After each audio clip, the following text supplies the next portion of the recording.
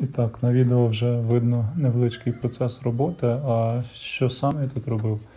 В Passat CC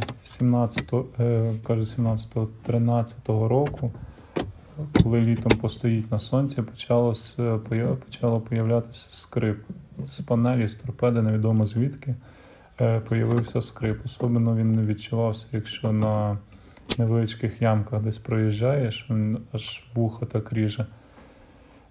Рішив я розібрати повністю всю торпеду, панель, тахометр, все познімати і купив антискрип ленту.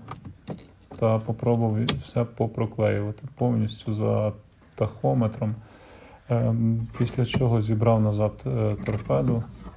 Результату практично ніякого не було. Воно все рівно відчувалося на ямках і цей скрип був. Що помогло? Помогло, купив ще силіконову змазку. І повністю промазав, пропшикав всі місця, де пластмаска з пластмаскою дотуляється. Тобто є в них якийсь контакт. Після того знов зібрав все назад і практично скрипу, принаймні оце літо вже не відчував.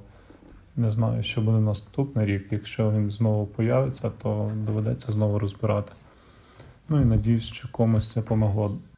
До речі, щоб зняти перемикач світла, його потрібно поставити в положення ауто, після чого легенько нажати його всередину, він тоді легенько виймається. В іншому положенні його практично неможливо достати. І якщо будуть якісь питання, що як знімати, пишіть в коментарях, буду старатися відповісти. Ще появлявся невеликий скрип саме з дзеркала. Дзеркало, щоб зняти його, потрібно невеликим поворотом ліворуч повернути. От воно відщелкується. Тоді його без проблем можна зняти. На місці, в принципі, в зворотньому напрямку все ставиться. Раз. І тоді вже всі насадки наверх накладаєте. В принципі, нічого складного немає.